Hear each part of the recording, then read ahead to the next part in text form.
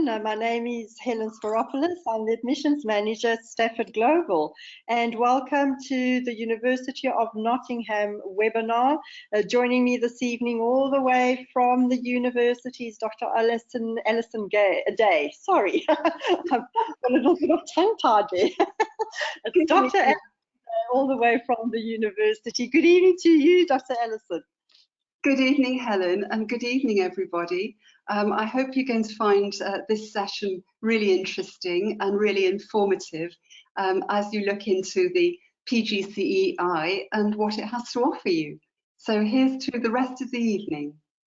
Excellent, thank you very much. And I'm just going to quickly chat to you about Stafford, who we are, and I'm then going to hand you over to Dr. Alison. As she says, she's going to take you through the program.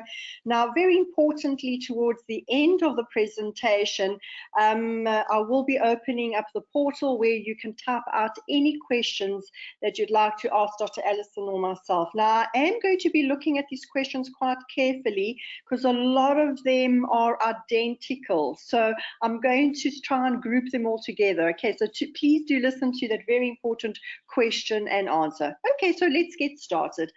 Who is Stafford Global? Helen, just yes. 1 second before we start. Yes. I'm finding it difficult to move the slides on. For some reason, it says that we're paused. Okay, on the slides, and we were fine earlier.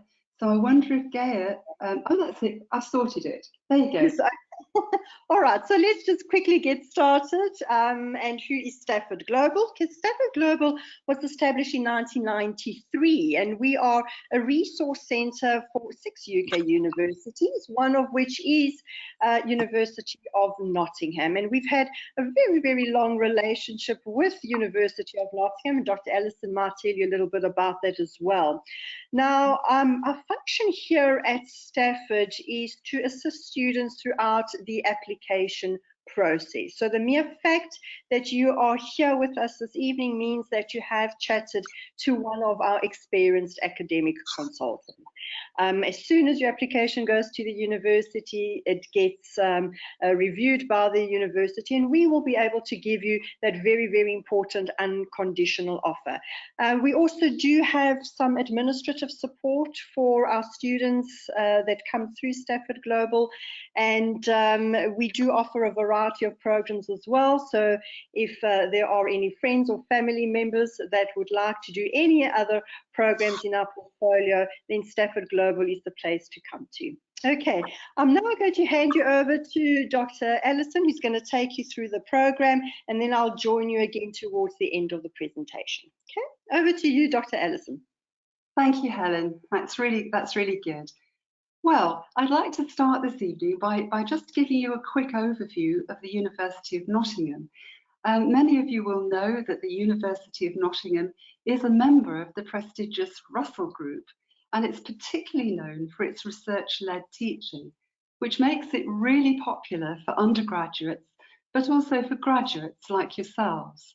And we have students who come from over 150 countries currently, but we also have campuses in China and Malaysia.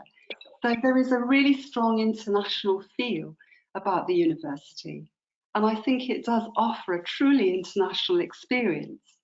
And you'll be taught by world expert tutors, each of which have a specialism that they can bring to this particular course.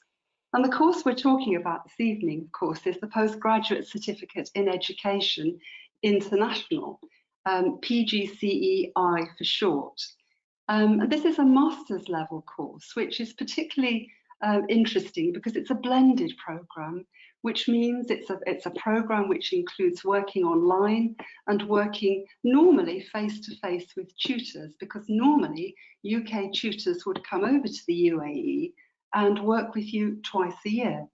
Now, obviously, in the current circumstances, this isn't possible, but we do try really hard to make sure that you have plenty of time with tutors online.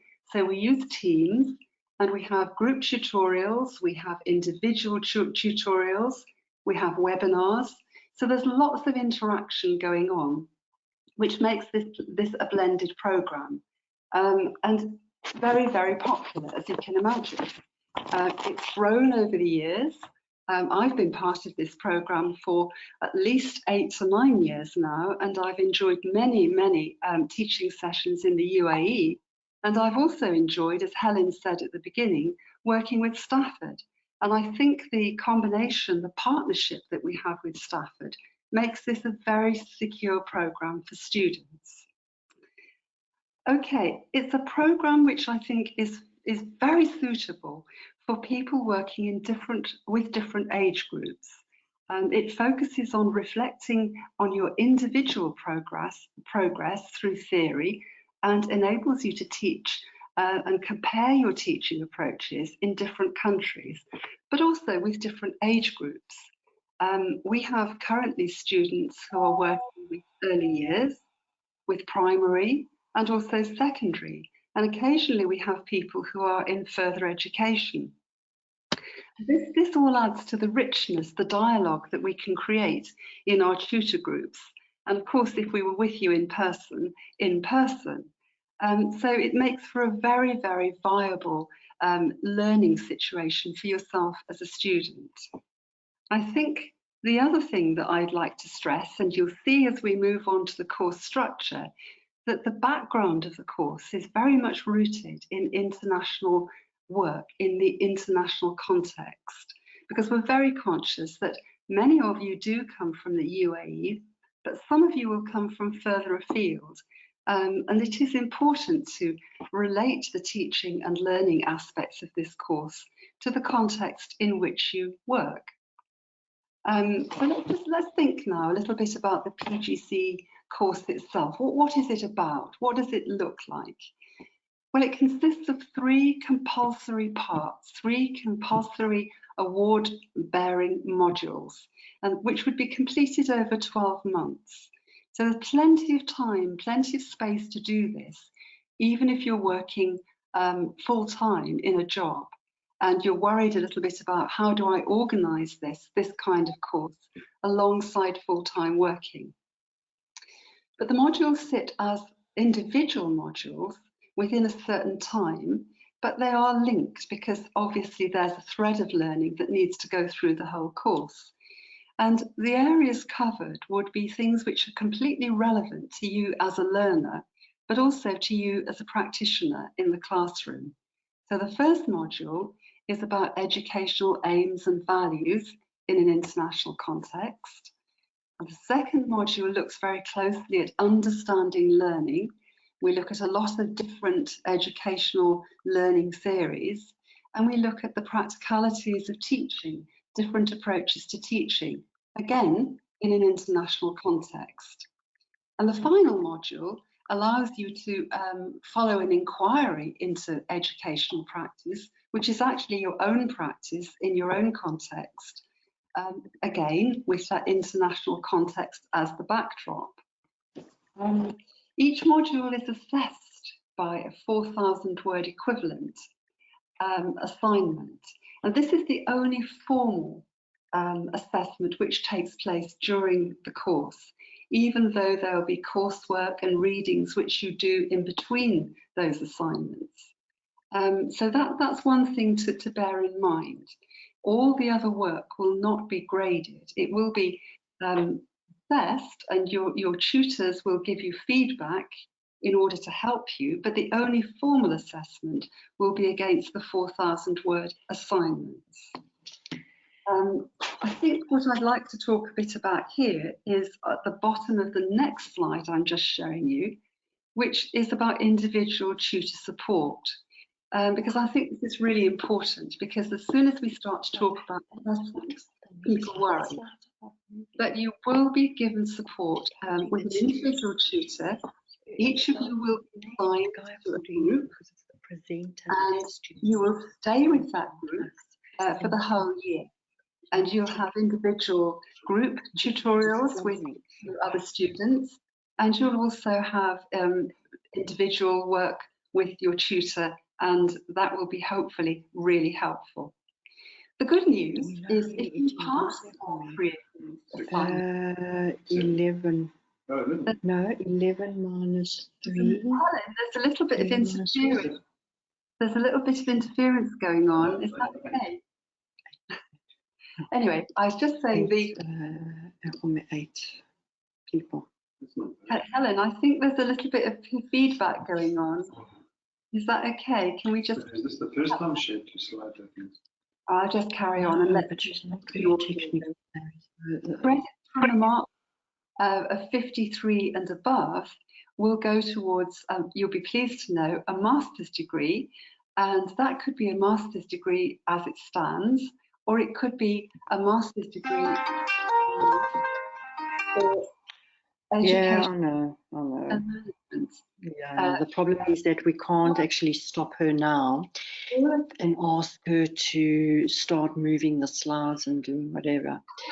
Helen, So what we're going to do is we're going to use the link and give it to the attendees and the non-attendees. The only thing is we're just not going to upload it onto YouTube. Helen, we can hear you. Okay. Can you?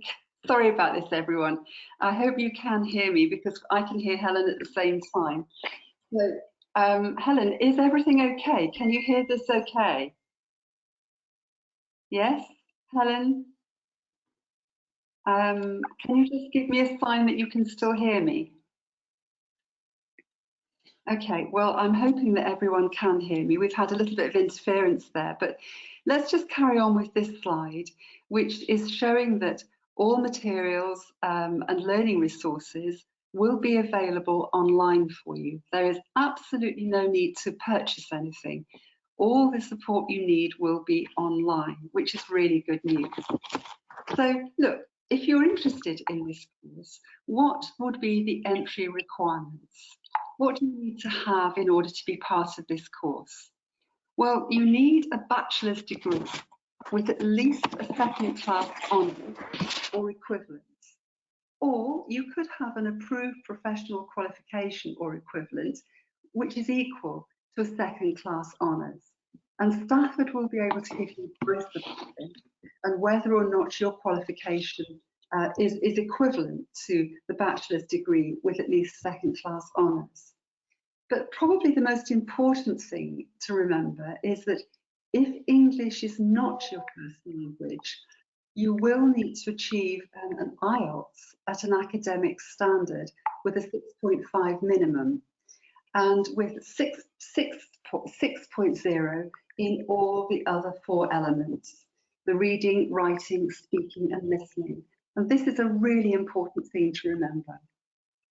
You should also be an established educator with day-to-day access to a computer and the internet, and also regular connections with an educational context. Now, that could be your classroom, or you could be a tutor, you could be a private tutor, you could also be an online tutor, but it's just really important you have access to students, because modules 2 and 3 will require you to do some work with students. Okay.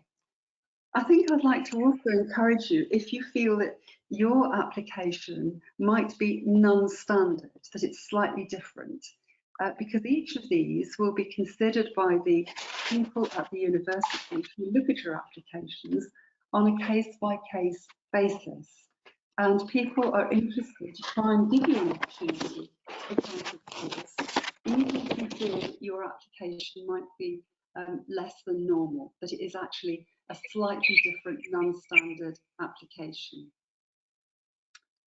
Okay, so how do you apply? Well, you need to have a certificate, and you need to collect a few things together. You need your degree certificate or copy of, and your academic transcript. You need to have that ready.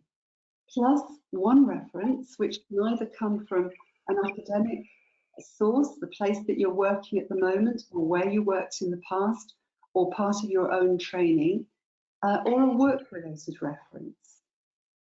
You also need a personal statement with approximately 500 to 750 words. And this is a really important thing to remember, because here is where you're going to explain to the people who look at your application why you want to do the course. Why does it interest you?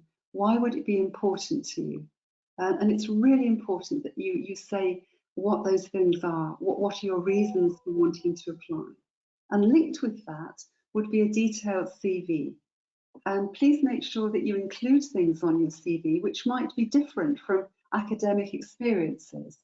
They might be a whole range of things to do with young people, with students, and experience.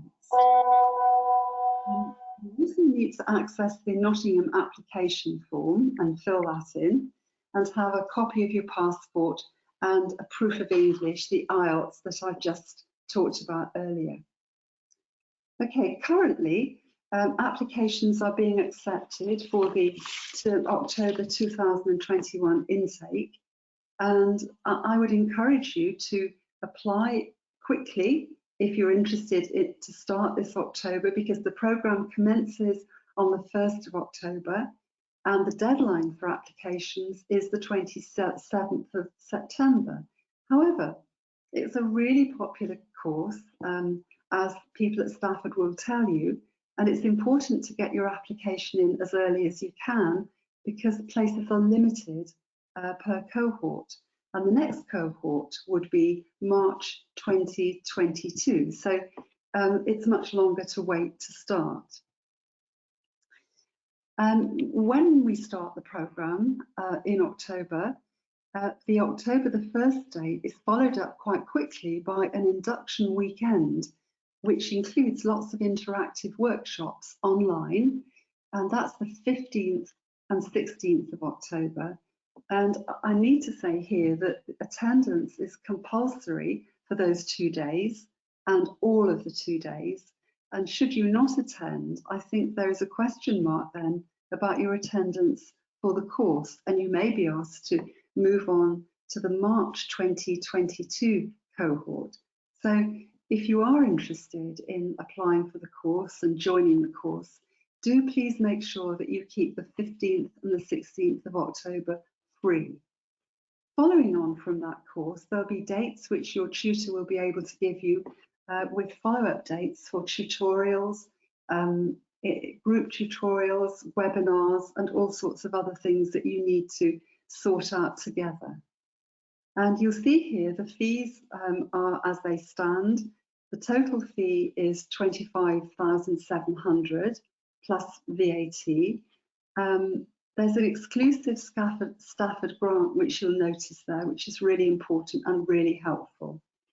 Okay, so that's pretty much a swift, and I apologise, a swift overview, but I'm very, very happy to answer any of your questions now, and I know Helen is too. Between us, I think we hopefully will be able to answer any of the administrative and financial or academic questions you might like to ask us. So please don't hesitate. Okay, Helen. Okay. Thank you very much, Alison. And firstly, I'd like to apologise to everyone. We've had terrible little technical gremlins this evening.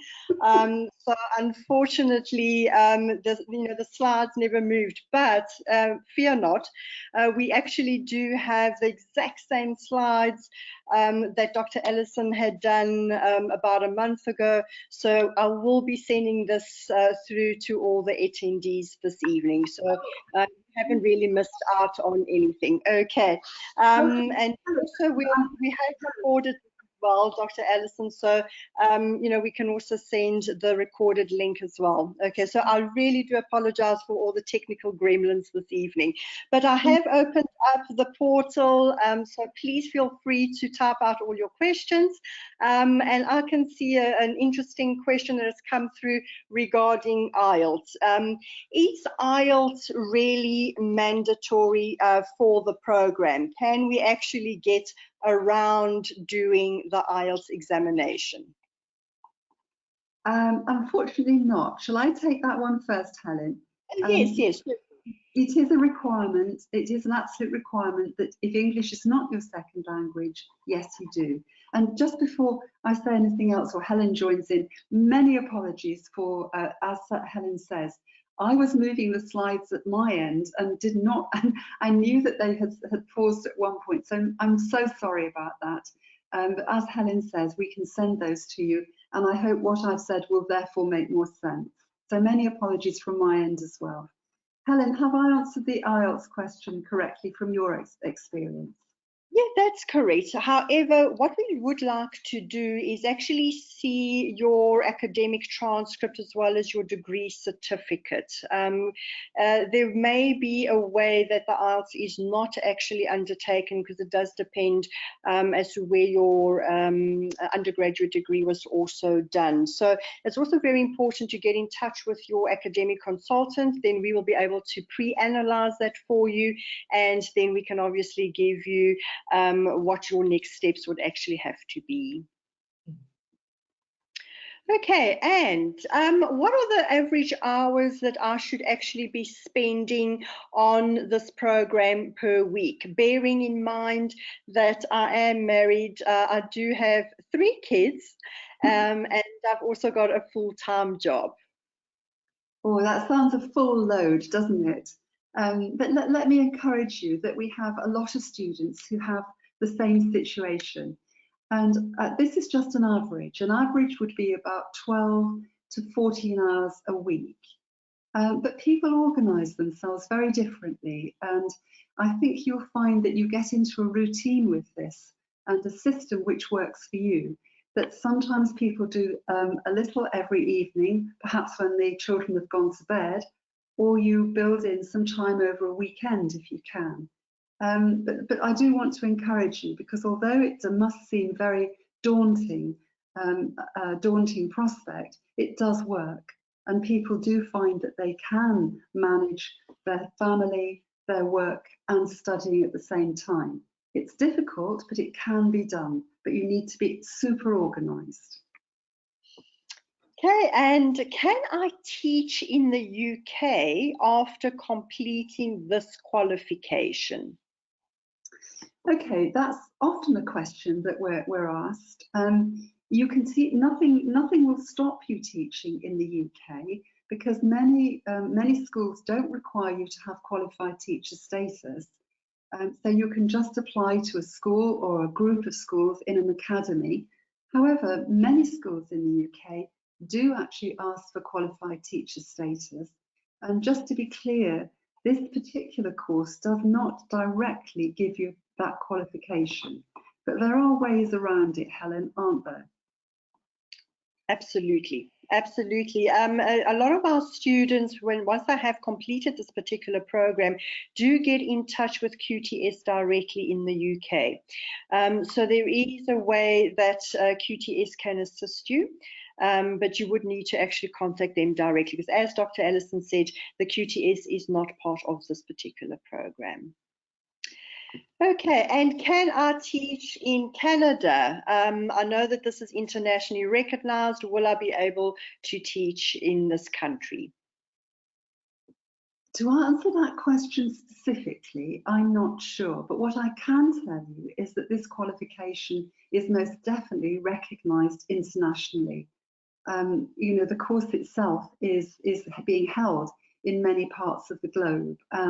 And I know from colleagues, in different universities around the globe, that this is a very well recognised course, and particularly over in Canada and the US. But I'm not completely clear about the qualifications you need to be a teacher in Canada. I think you'd have to find another way of locating that information. Absolutely, absolutely. A lot of countries have got their own rules and regulations. Their own education ministries may have their own rules and regulations pertaining to the qualifications or teaching experience even of teachers. So we do encourage you to actually get in touch with the relevant authorities in Canada, so they may be able to give you a little bit more detail on that. Bear in mind, when you do get in touch with these authorities, you need to give them a very good background about yourself, how many years of teaching experience you have, what undergraduate degree you have. So all that is very important in order for them to give you a very good, substantial answer on that. Yeah. Okay, and is this course common for all age groups? Yes, it really is. That's one of the things I mentioned earlier, that we have students who are currently teaching kindergarten, early years, also primary, secondary, different subjects in secondary and FE. And this is one of the advantages of a tutor group, that we would have students representing each of those age groups. Because when we have discussions together, we're talking about learning. And learning is an important area which is influencing the teaching of early years as much as it's influencing the teaching of secondary. So it's very, very important to compare those approaches. And students tell us that it's much more enlightening to be in a mixed group of people who are teaching a variety of ages than it is just to be perhaps with colleagues who are teaching the same age group. So it is a really enriching experience, and that's feedback that we have all of the time from students. And if I wanted, can I attend any lectures at the actual university, provided that the COVID situation is over? Yeah, the university normally, on this particular course, the answer is no. This is a course of 12 months, looking at those 3 modules. After this particular course, if you chose to go on to a master's, part of those courses would be offered in the UK as well. Obviously, last year that was difficult because of COVID, but the university is starting to get back to normal. And I'm told that from the new academic year, this September onwards, courses will be, most of the courses, in fact, all of the courses will be run face-to-face. So fast forwarding, if you chose to do a master's, partly you could be doing it online, or you could do it face-to-face and attend those particular parts of the course which will be held in the UK. And I can't be certain, but I'm sure that from next summer onwards, those would be running as normal. Okay, and can I stop my studies for a short period of time and then resume again? And if so, what is the maximum duration permitted for me to complete the program? Okay, the program is actually needs to be completed within 3 years. However, there are opportunities. For example, you would not be encouraged to do that, but should something happen in your life that means that you need to stop for studying for a period of time, you would be encouraged to take a voluntary interruption, and that could be for something like 6 months, 3 months, 6 months, and that's fine. And then you come back to the university after that time and pick up, start exactly where you left off. And that is absolutely fine. I think on a course of a year like this, unless you're ill or something really awful happens in your life, it's best to try and continue to do that for the year because of the sake of your own continuity of learning. But it is important to know that you can stop should you need to. Okay, good. And a very popular question, I can see there's about 3 or 4 that are asking the same question. What is covered in the virtual sessions that you will be having? We have been told that these are mandatory. And what exactly is covered and how long do they run for? Yeah, it's a very good question, actually, because it's a really hectic 2 days. But having said that, each of the sessions within the 2 days would only be 45 minutes. The university feels very strongly that, you know, there should be built-in breaks during each of those 2 days. So each session will be 45 minutes. And some of those sessions will be lectures, and they will be about the context of the course. They will be about the skills that need to be developed during the course, like, for example, the skill of criticality, how to read with critical aspects, and how to write critically. There will be other parts which again are important in terms of the course. There'll also be lots of group sessions where you'll be working with other students on a particular task. So you'll be using materials online, some video work, some slides, and questions and answers. It's very interactive. It's a very interactive 2 days with both with tutors but also with students. And because it gives you this strong foundation for the course, it is important to be there, because it's a chance to get to know the materials for the course, your tutor, but also your fellow students, and to make those links, which when it's an online course, it is important to have links with other people as well as just your own computer. So it's a very, very important 2 days, and that's why it's compulsory. Good, and I do have professional qualifications in education, but no actual bachelor degree. Will I still be accepted onto the program? Yeah, it sounds like you've got qualifications which would match the requirements. Again, a specific discussion with somebody from Stafford would help, but it sounds like you're on the right track. Yes. Absolutely. What we do look at is the mandatory requirement, which is obviously to have a bachelor degree. In the event that you do not have a bachelor degree, but you may have other qualifications, we then do look at the number of years you have been teaching.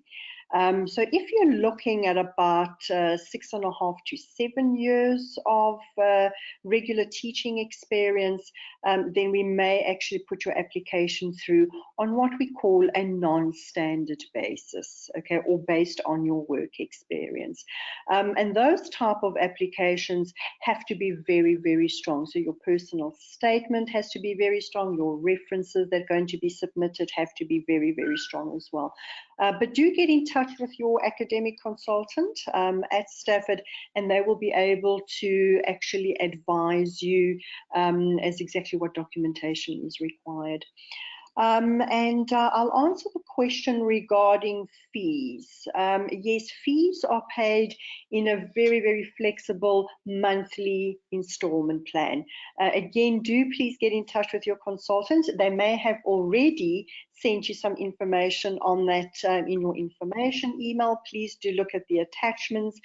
So you may already have seen that particular structure. If not, again, please get in touch with your consultant and they'll be able to resend that through to you. Oh, a very popular question as well. I know that this is an online distance learning program. Will the online part be written on my degree certificate or transcript? No, absolutely not. And it's a good question. And I think that's the value of this particular course, that it doesn't say anything like online. No, you will just have your certificate and your success of passing the course. So no, nothing like that. No worries.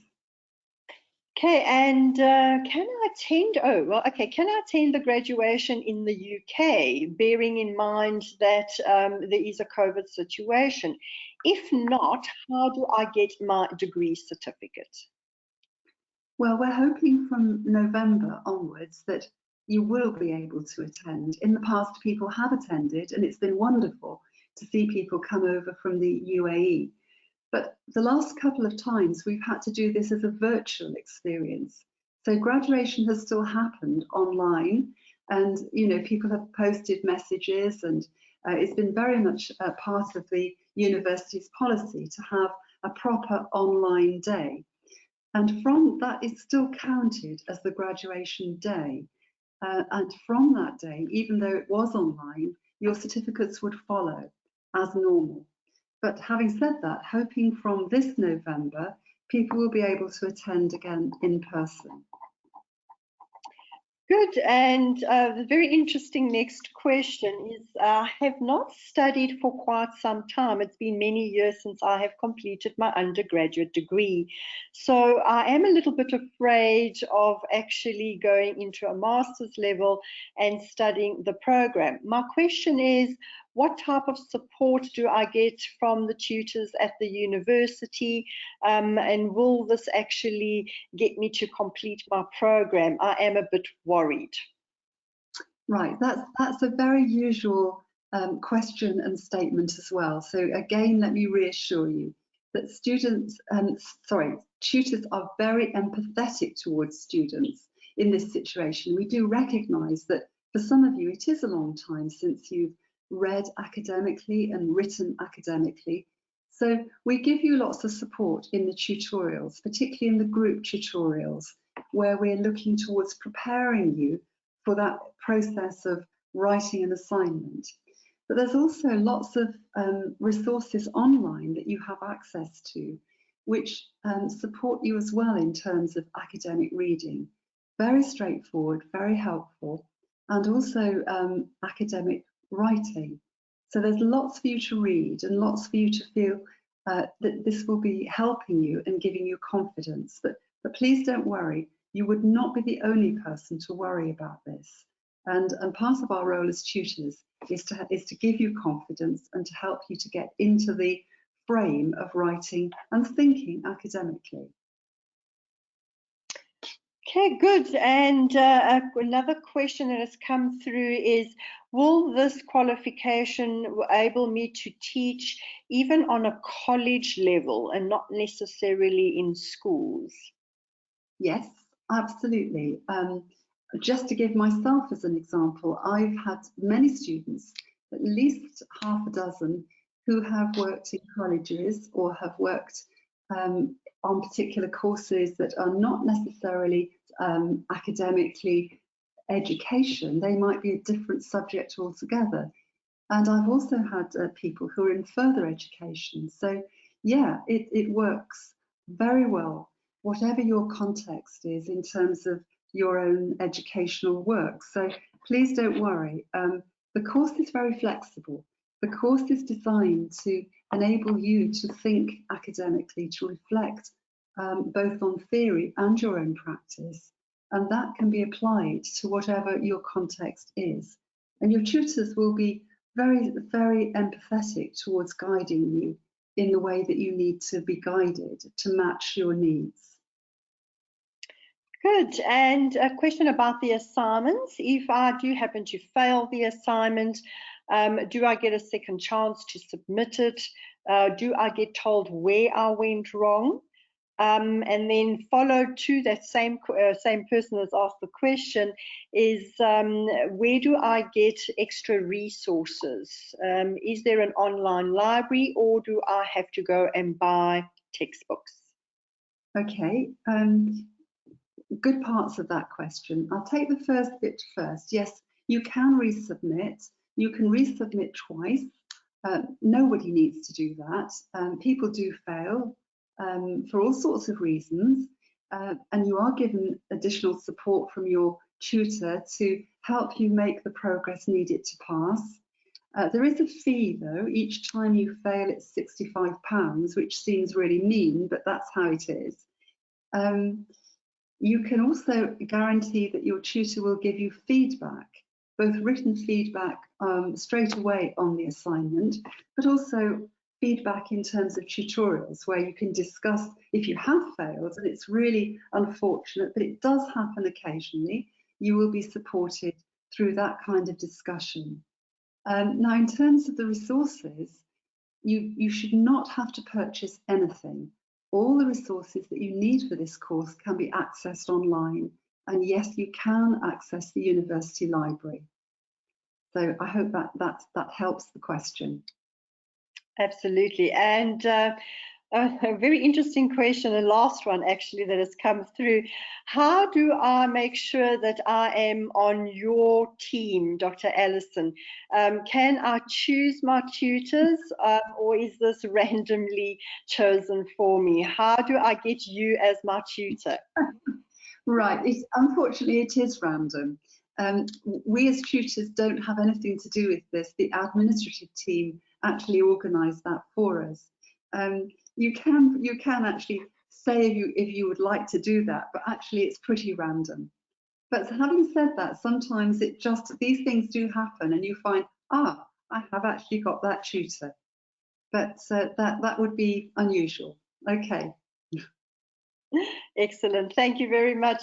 Okay, so that means that I have managed to actually group all the questions together this evening, and some very interesting questions that have come through. Thank you so much, everyone. And again, let me just apologize for the terrible technical gremlins this evening, but as I said, I will be sending you the previous webinar from Dr. Alison, which is identical to this one, as well as this recording, so that you can hear some of the questions as well. We are currently still open for this upcoming cohort. There's very few places available at the moment. I stand corrected, but I think we're sitting on about 31 places still available. It's a very, very popular program, as you can imagine. So we would like for you to try and send your application documents as soon as possible to your academic consultant and get those applications into the university for review and approval. Again, thank you so much for joining us, Dr. Alison, and we'll probably see you again next month, doing a wonderful webinar that you do. Thank you so much, everyone. Have a very good evening. Good evening, everyone. Thank you, Helen.